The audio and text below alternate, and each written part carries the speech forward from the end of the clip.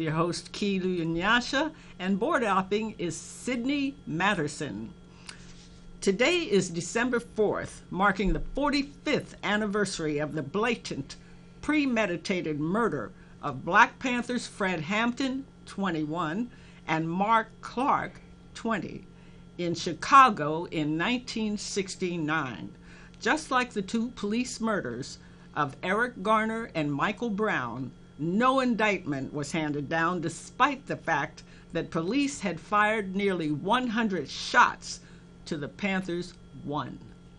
We must not allow this nation to continue business as usual in the light of this open season on Black men, Black people.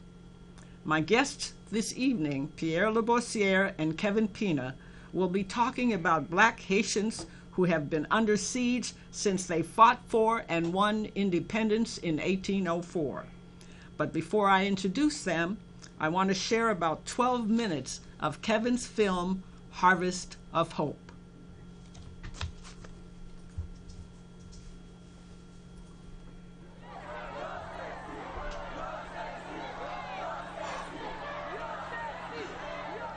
Okay? Mike's it good? Yeah, we can talk. So.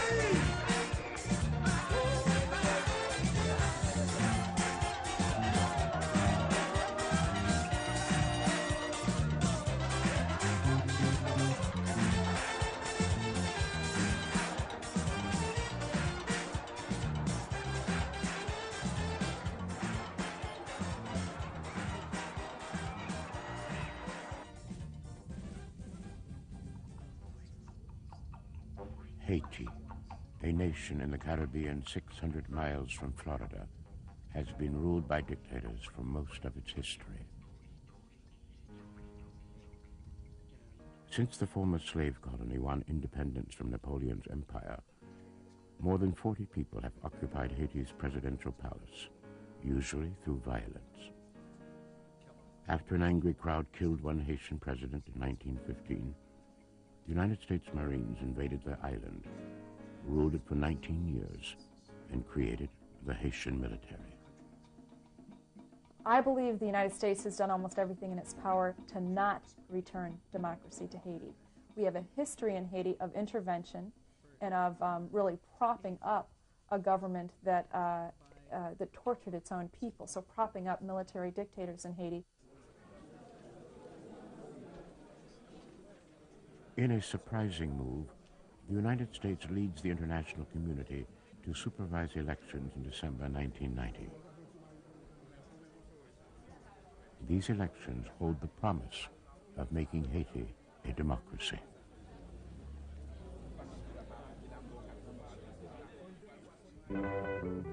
Chaque citoyen fait pour voter pour un président. Les nous pral voter pour président.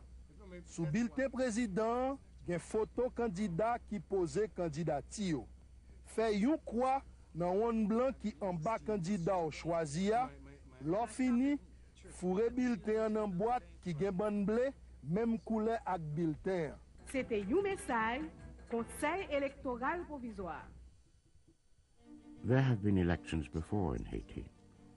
Papa Doc François Duvalier used an election in 1957 to become Haiti's president, but he maintained his power with the support of the army and a squad of killers, the Tonton Macoute.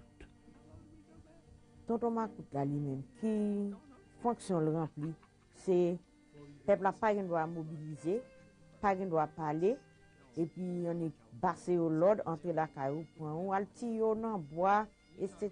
ça et puis fusio, mettons en prison sans juger. Duvalier terrorized the country as his forces killed tens of thousands of Haitians. After Papa Doc's death in 1971, his son, Jean-Claude, known as Baby Doc, promptly staged an election which made him president for life.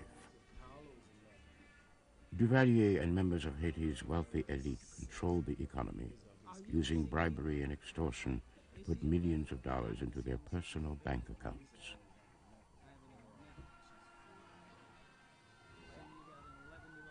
Haïti son pays côté richesse la mal répartie. Pour richesse la mal, leur richesse la mal répartie, ou obligé d'une dictature. Et dictature, c'est particulièrement dans les campagnes, c'est chef section. Dans toute campagne, yo, cap kembe paysan yo en bas dictature. Arrêtez yo, prend bête yo, prend terre yo, etc. Nous pas besoin de dictature qu'on y a. Vous comprenez? Alors c'est à bas la dictature, vive le peuple. Le pouvoir entre la main du peuple. In 1986, a nationwide rebellion with waves of marches and demonstrations forces Duvalier into exile.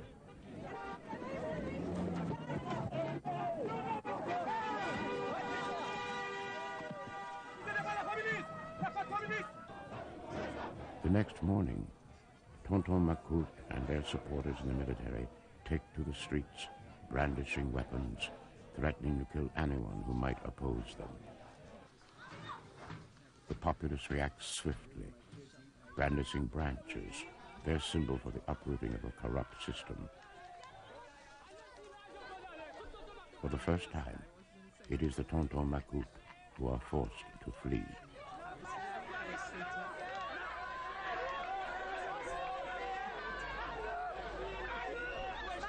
A military-civilian junta, headed by General Henri Namfi, takes responsibility for security during presidential elections that are called for 1987.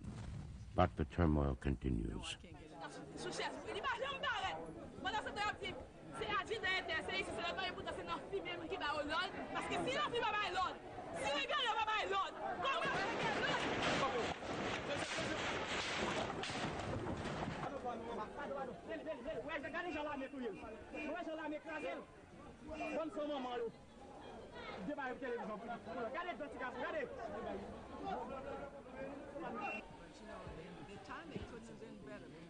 In the countryside, where 70% of the population lives, a peasant movement wins wide support. In one rural town, Jean Labelle, landowners massacre 139 people who are active in the movement.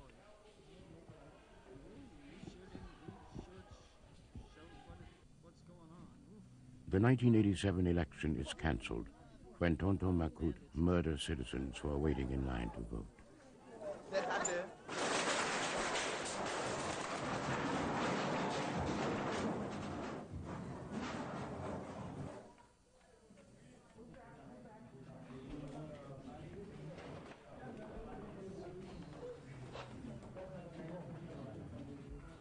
Another election follows 2 months later. Most voters boycotted, suspecting fraud.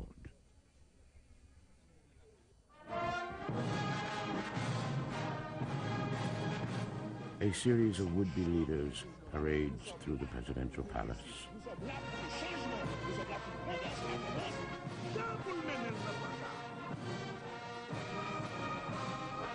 À la discipline et à l'honneur. Le peuple haïtien. Palais national le 5 janvier 1991. Merci.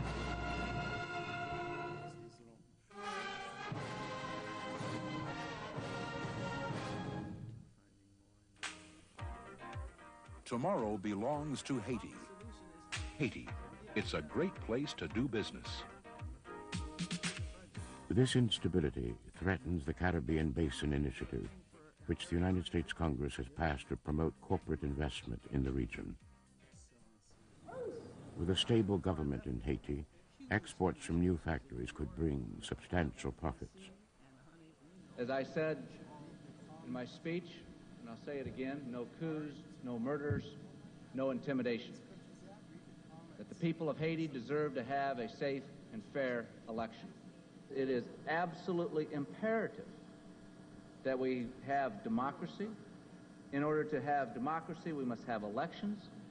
And once we have democracy, then there will be hope for the people of Haiti. The United Nations agrees to supervise presidential elections to be held in 1990. Colonel Raoul Cedras is appointed to organize security for the election.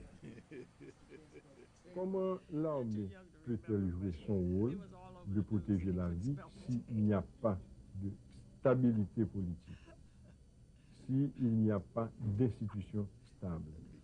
Donc nous devrions de toute façon arriver à des élections pour que toutes ces conditions se réalisent pour permettre aux citoyens de vaquer à leurs occupations en toute sérénité. Roger Lafontaine, head of the Tonton Macoute under the Duvalier dictatorship, announces his candidacy. What happened is that the Duvalier people and the Tonton Macoute wanted to take advantage of that situation to come back to power, this time legally. But Lafontaine's candidacy is not legal. Haiti's constitution, written after the fall of Baby Doc, forbids Duvalier officials from holding power for 10 years until 1997. Lafontaine is forced to drop out. As election day approaches, two major candidates remain. Marc Bazin is supported by Haiti's elite and by the United States.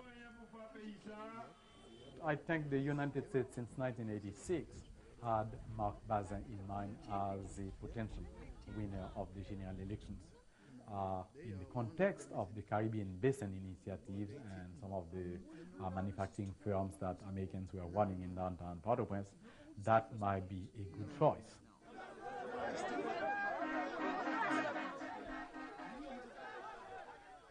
Jean-Bertrand Aristide, the 37-year-old Catholic priest, enters the race less than 2 months before Election Day.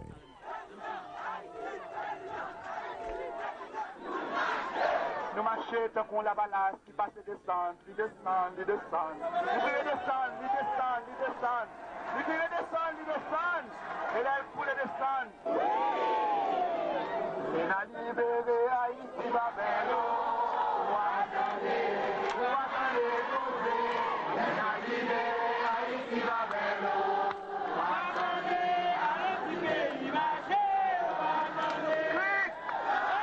A popular coalition known as Labossiere has drafted Aristide. And we're back with Pierre Labossiere, co-founder of the Haiti Action Committee, originally from Haiti, and has been dedicated. Pierre has been a dedicated activist in the struggle to liberate Haiti for decades. He actively supported the return to Haiti of former President Jean-Bertrand Aristide from exile in the U.S. in the early 1990s and has continued to support Aristide and the party of the Haitian majority, Famille Labossiere. With us also is Kevin Pina, filmmaker, journalist, lecturer, and media consultant who has lived in Haiti for many years. He's the producer, director of 2 documentaries on Haitian history, some of which you just saw, Harvest of Hope, and Haiti, We Must Kill the Bandits. Haitians were targeted as bandits for murder under the Reign of Terror. Kevin is also a senior producer of Flashpoints on KPFA and recognized as a country expert on Haiti by the Kellogg Institute, sponsored by the University of Notre Dame. Kevin and Pierre, welcome to Freedom is a Constant Struggle. Kevin, you're here for the first time, but Pierre has been a guest many times. And both of you and I go back to about 20 years or more, huh? Indeed, yes, yes. It's more than 20 years now, right. huh? That's right. Wow. Close to 30. More closer to 30, huh? Oh, we're getting old. Mm-hmm. Anyway. You're still looking good, though. Oh, thank you. You're both looking pretty good yourselves. Thank you. And so anyway, it's wonderful to have you here. And one of the women that was shown in the film footage that we just saw was Alaire Balance, Mother of Courage. You must talk a little bit about her. Tell our viewers who she is. I had the great privilege of meeting her over 20 years ago. Right. And Alaire is, she represents really the majority of many of the Haitian people. She was a vendor and very supportive of the Lavalas movement, part of the Lavalas movement, and that was during the first coup around 1993 or so. Because of support for Lavalas, and as a voter, she voted Lavalas. And at that time, President Aristide was in exile. There was a terrible coup, as the film showed, 1991. And so, Alert, by 1993, the FRAP organization, the Death Squad organization, was killing a number of people and terrorizing people, not just killing, but torturing folks to death. And so, Alert was one of the people who was targeted, actually her husband. And then when they came to get her husband, he fled, and they took Alert and really started, they tortured her and hacked her with a machete. And it's horrendous, the photos of what they did to her. And they left her for dead amidst other corpses, but she hadn't died. One blow of the machete nearly severed her tongue and her head also. So for some reason, miraculously, she managed to survive and crawled from where they had dumped her into the main road where she was picked up and taken to a hospital. So when this was published in the press that they had found a woman who was so horribly tortured, who was still alive, the death squad, known as FRAP, actually went to try to get her. But people managed to hide her and sneak her out of the country.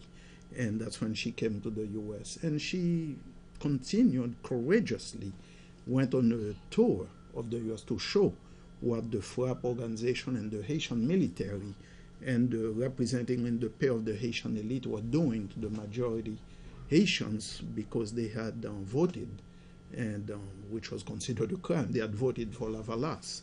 And so that was something. I think she was on the Field Honor You show, which is no longer in existence. But so Alert came to the Bay Area, and that's when you met her, and she talked about what had happened very courageously. I know, I couldn't believe it. Kevin, you've been back and forth to Haiti a lot. Talk about your experiences in Haiti, and especially your filmmaking experiences, some of the horrors that you had to witness.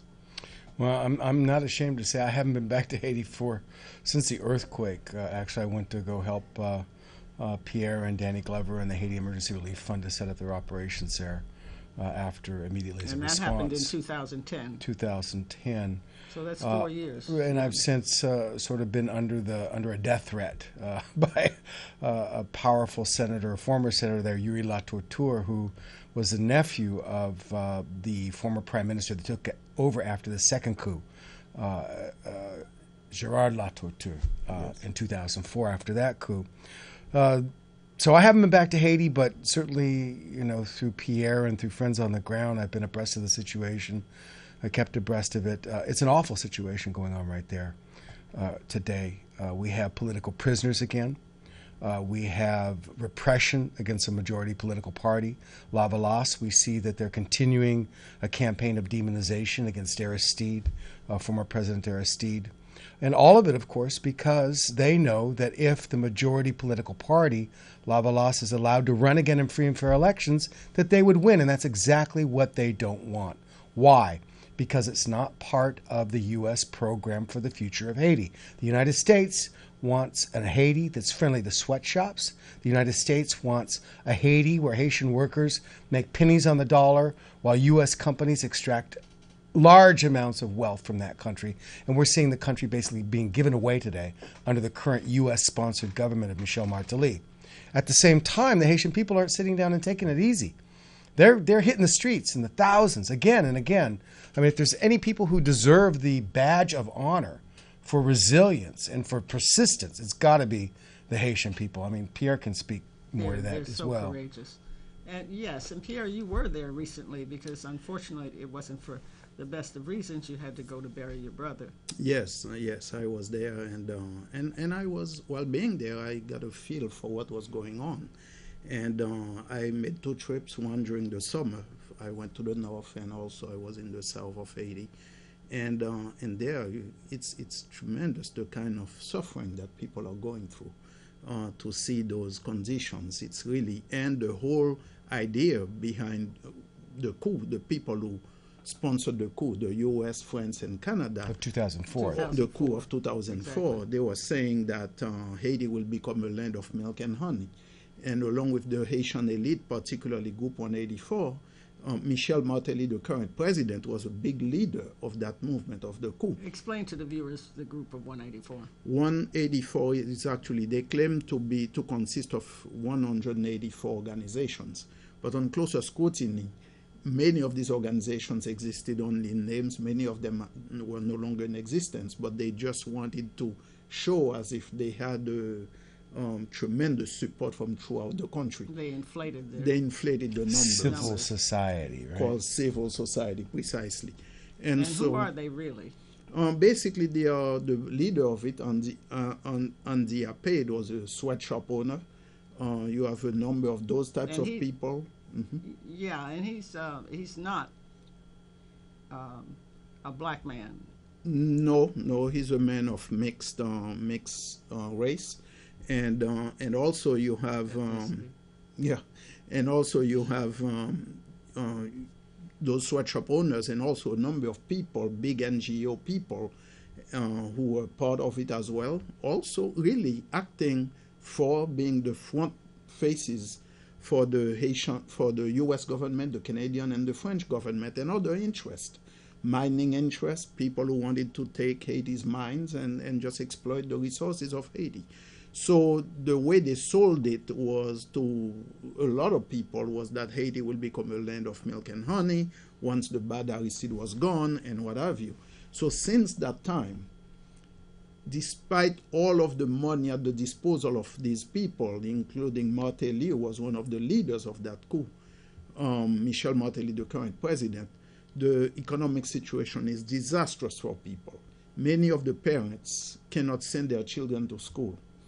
You see, schools, supposedly, they are taking a lot of taxes of people to put into the school system.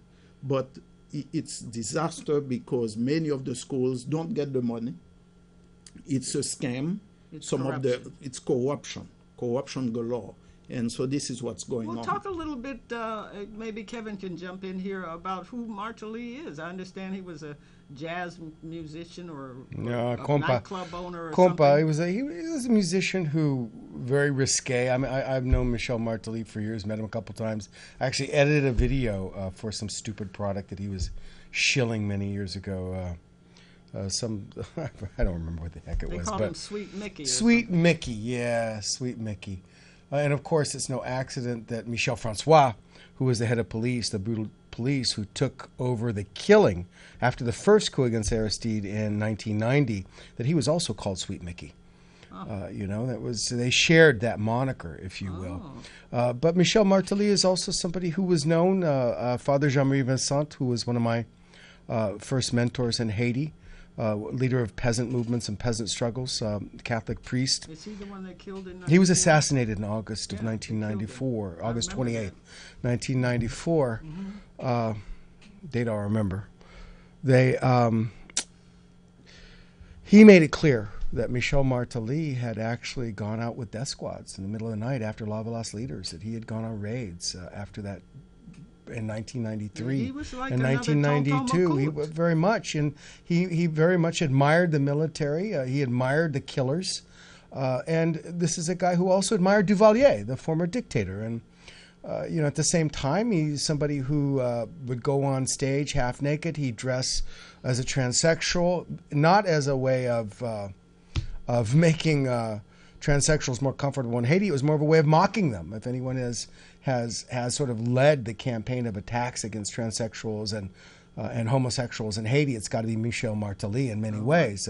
His mocking them on stage and pretending to be homosexual during his performances.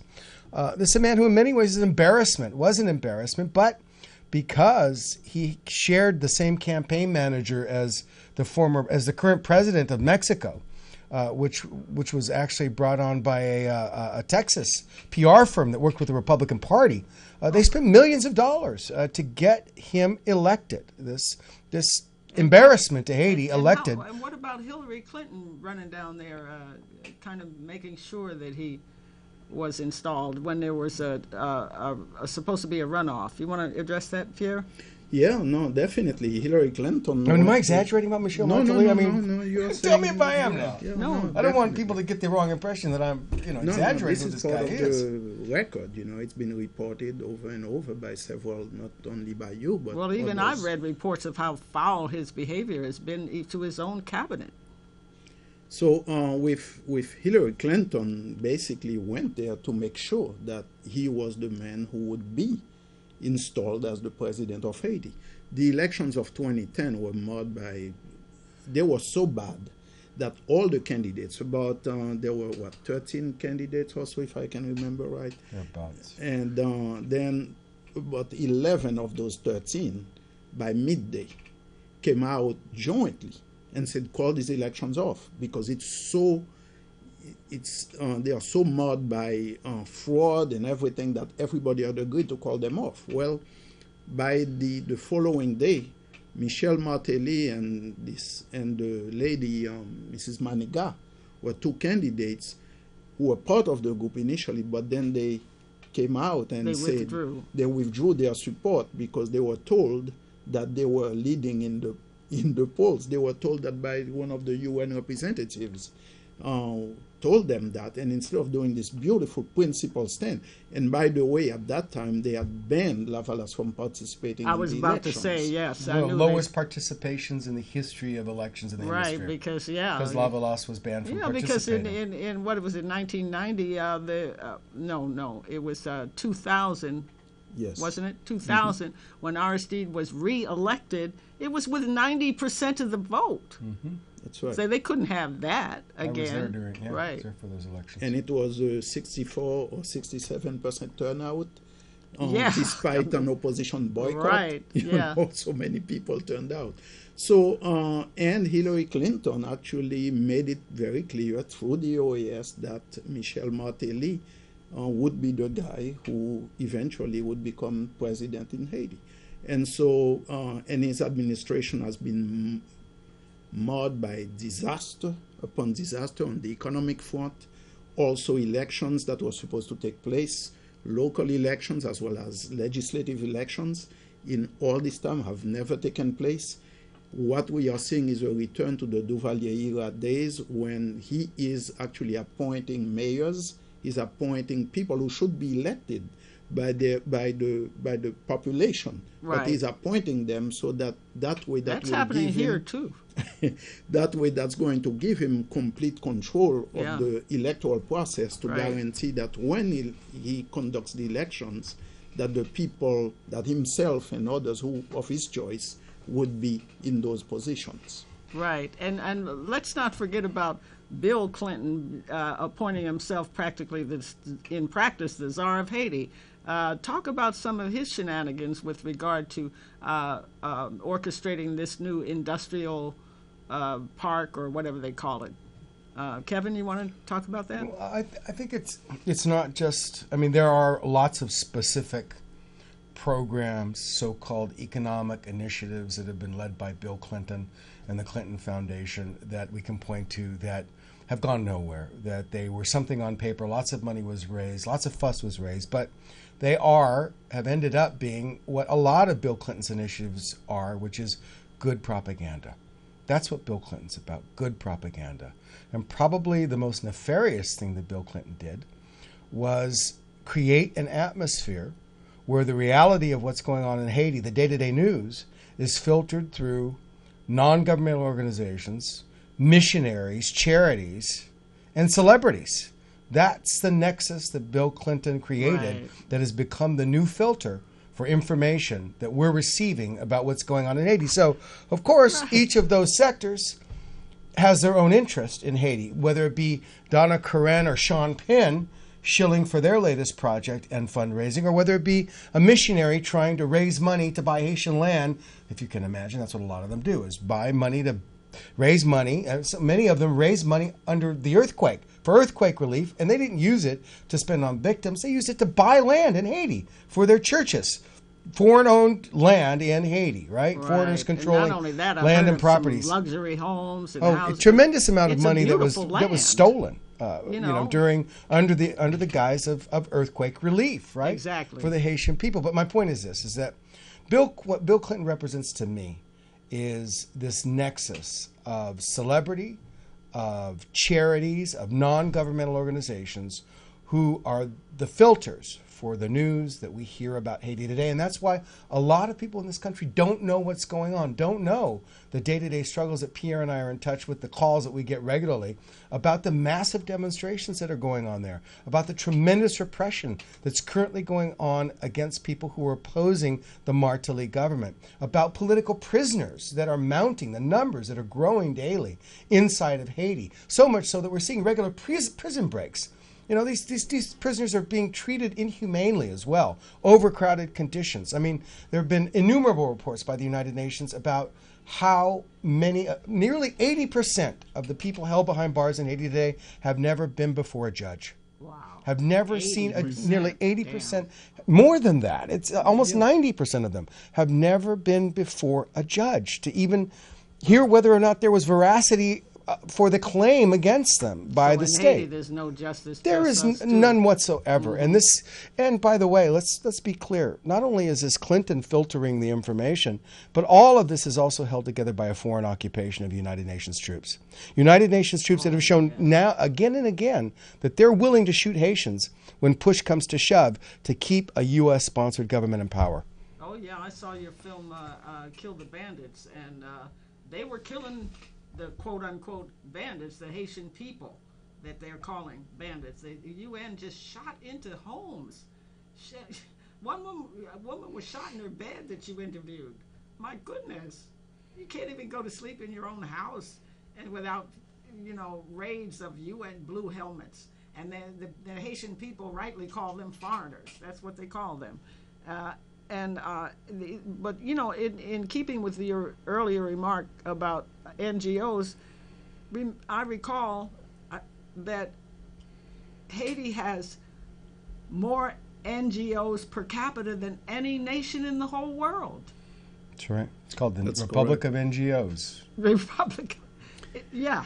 So everybody's It's money making. These people are making money off of the misery of Haiti. I know. Plain and simple. Yes. And it's disgusting. And how can somebody, sick, the average director of an NGO in Haiti makes $80,000 a year plus hazard pay and drives around in an air-conditioned SUV, and yet they are ostensibly in charge of programs that are to help what they call one of the poorest people in the Americas. Tell me about How do you justify it? It's shameful. And also we were speaking earlier about prisoners, the UN occupation is not only as boots on the ground, like foot soldiers who are doing a lot of killings, and also they've been involved in sex trafficking, they've been involved in all kinds of prostitution. Well, if they're killing people, they're raping women. Exactly. I mean, it's a known, and it's not only women, but also young boys. There was a big case about this young man who was raped by Ecuadorian soldiers.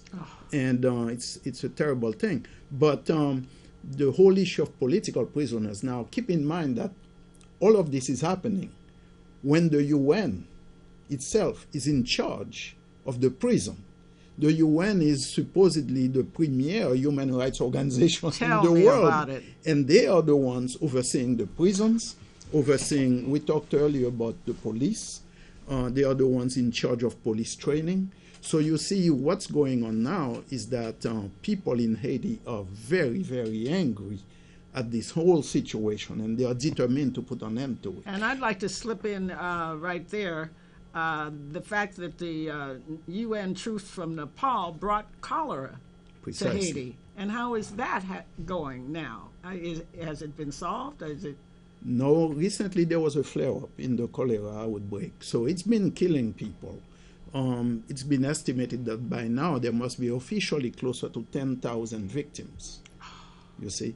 But and the UN refused absolutely to take any responsibility that's for correct. it. That's correct. Unofficially, when they speak to people from some reports, some UN individuals agree, yes, looks like, but officially they have nothing to do with it. And, so recently, as we are speaking about 2 weeks ago, I heard about a recent flare-up. What that means is that a number of people have been turning up dead because of the cholera. So at times it will flare up when you have more massive and increased in the number of people dying from it. So what's going on, Kilo, is really a terrible situation. And I agree with what Kevin said, that filter that Bill Clinton, through his network, has managed to filter the news out of Haiti so that they mask the reality of what people are going through. Right. And they have confiscated some land, though, to set up sweatshops, though, haven't they? Well, there's Kayakol in northeast Haiti, where they're creating this so-called free trade South zone. Koreans behind it? Yeah, the South Koreans. It's a free trade development area, and they made this big ballyhoo. They had Donna Karan and I don't know, innumerable celebrities come out who had committed to doing manufacturing there. And so far, the people have seen very little. I mean, they made this huge promise of thousands of jobs. They haven't been realized. It's all, again, smoke and mirrors. Oh. This is for public perception. Bill Clinton is about perception. Foreign intervention, celebrities who are involved are part of Bill Clinton's deception about what's really going on in Haiti. Right. And with the Caracol, for example, right now, that's one of the places in that area where there is a huge demonstration, because they were supposed to be providing one of their promises, in addition to jobs, good-paying jobs, was to provide electricity for the community, for neighboring communities. Well, people haven't been saying that. So people have been engaged now in blocking the roads, in taking to the streets, protesting, demanding that the electricity at least be provided.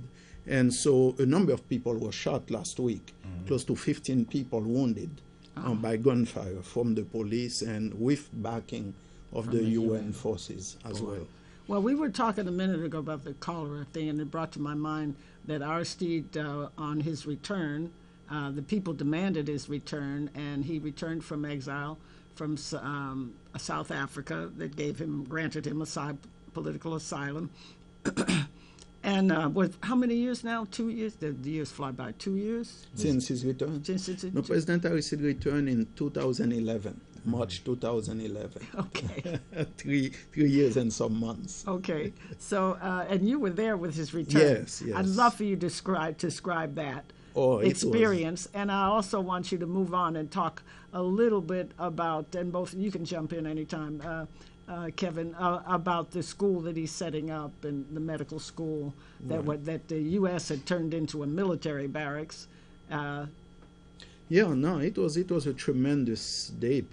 Many people had fought against the coup because they saw his return as something that had to take place, because the man was elected by the people overwhelmingly, and the U.S. forces, the French and the Canadians, to name those, came in and took the man out, kidnapped him in a coup. Literally and kidnapped then him. As people were protesting and said, look, our vote must count for something, we are opposed to it, they were being massacred consistently.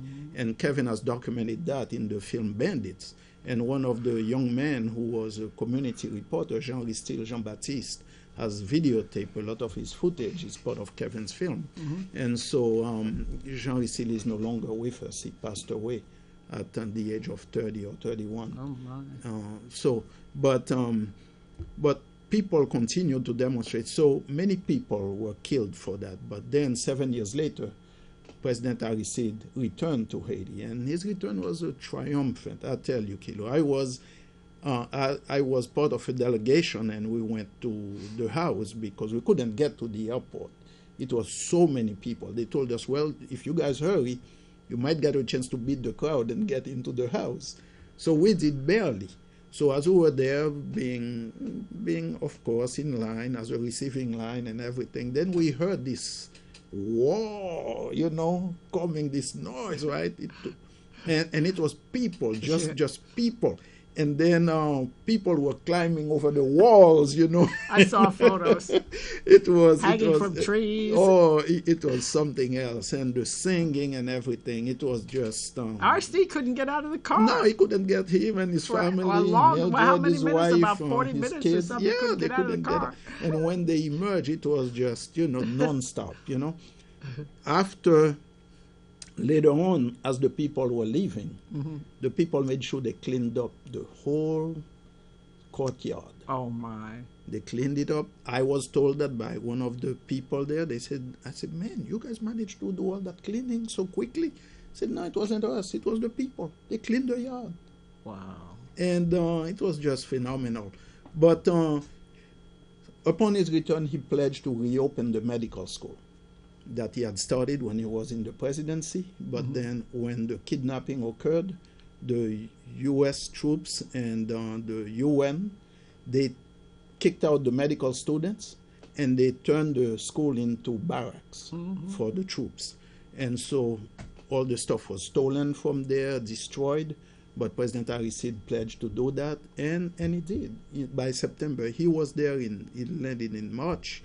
By September He 30th, established a foundation. The medical school was reopened, right. And now it's been 3 years. There is a medical school, a nursing school, a school of law, and also a school of physical therapy that just opened. Oh, wonderful! So they are. Now I'm ready to go to Haiti, so I can get some PT. Indeed, I can't get it here.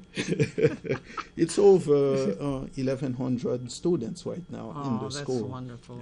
And these are students from different parts of the country. And kids who would have, young people who would have no chance really to go into and the talk more about how established. Cuba has helped. Oh, yes. Initially the Cubans, when he was president, they were part of the faculty. But later on, like right now, you have some who are not officially, because Cuba officially is working with the Martelly government. But then you have people from Cuba, doctors, and some of the students who had finished their medical studies in Cuba have come back and are now part of the staff. Right, because Cuba took Haitians and trained them in, put them through their medical schools. Precisely. Yes. Precisely. And now they are and back. And of course, I just have to squeeze in a word on Cuba sending more doctors than any other nation in the world to fight Ebola in West Africa. Indeed. They are just amazing. Let's talk a little bit more about the current situation in terms of the attempt to arrest Aristide. You want to go for that, Kevin? Sure.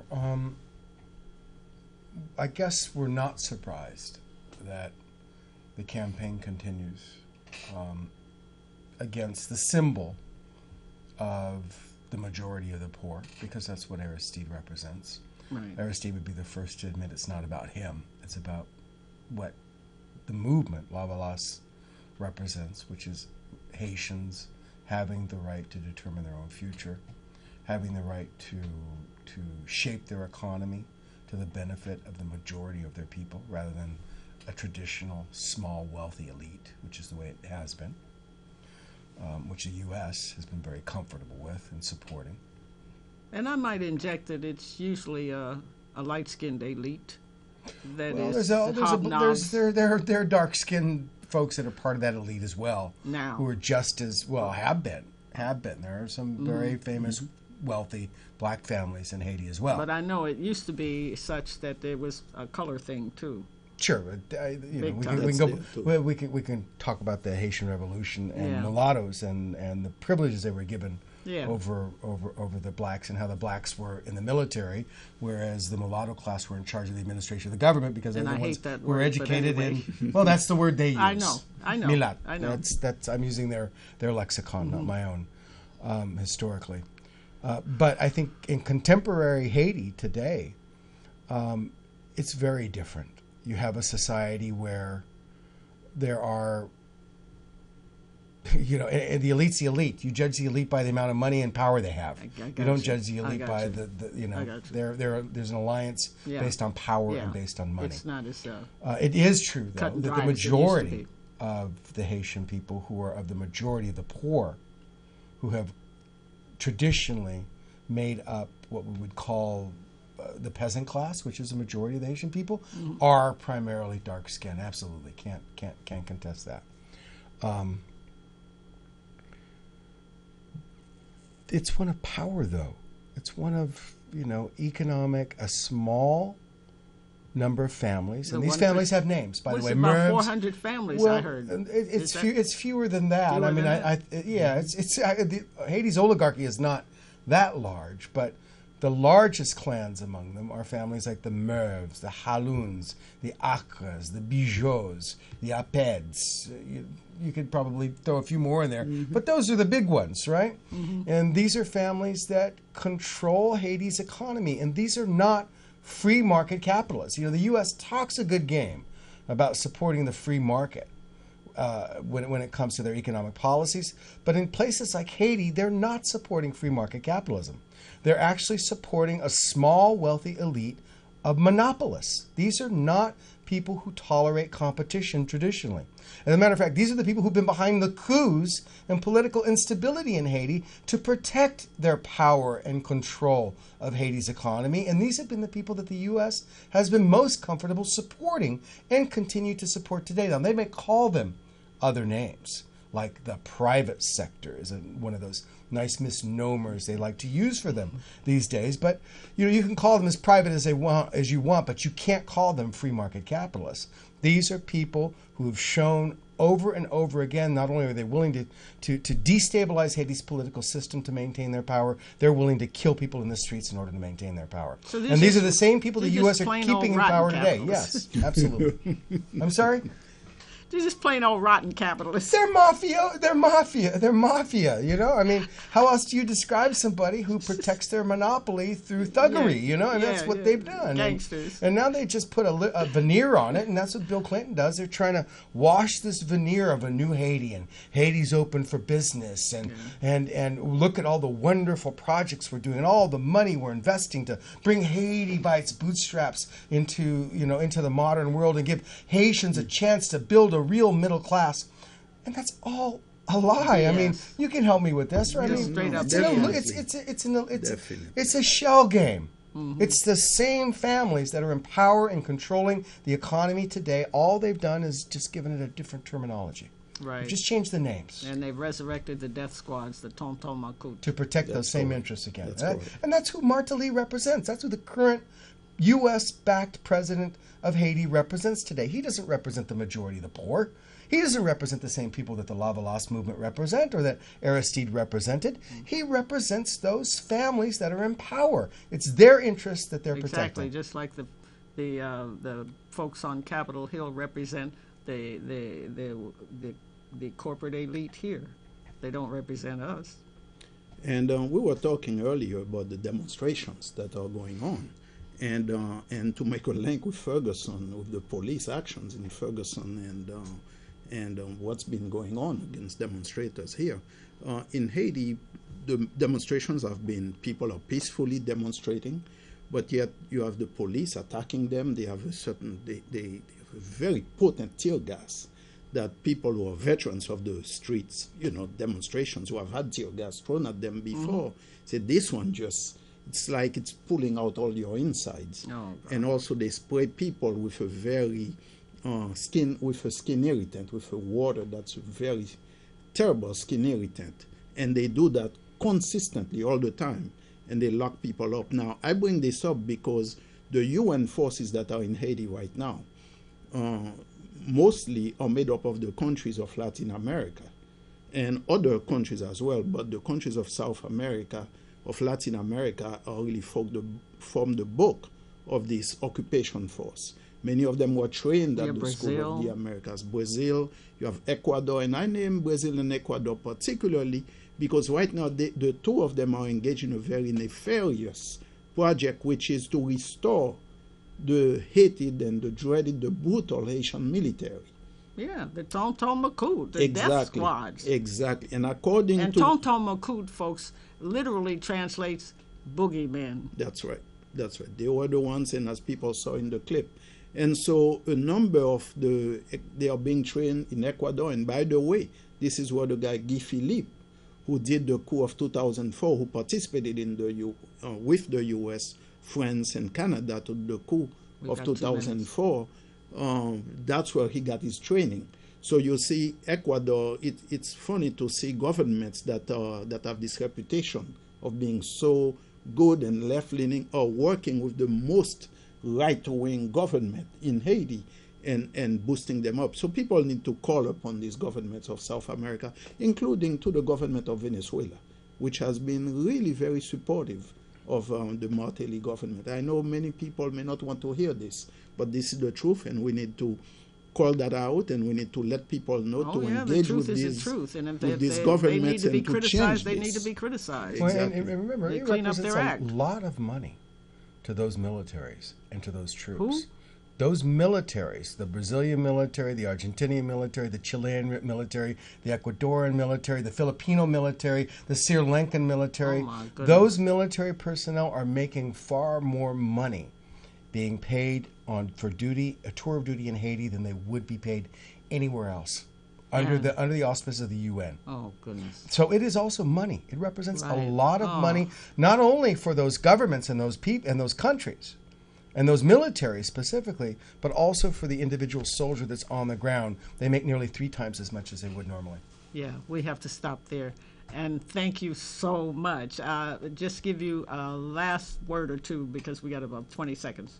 Very quickly, thank you so much, Kilo. A pleasure to be on your show. People can reach us, the Haiti Action Committee, at HaitiSolidarity.net. That's our website. And you can take a look at my stuff at HaitiInformationProject.net. Also look for my film, Haiti, We Must Kill the Bandits, on YouTube. And thank you, Sydney, for board opening. Thank you for tuning into Freedom is a Constant Struggle with your host, Kilu Nyasha. Good evening. Did we make it?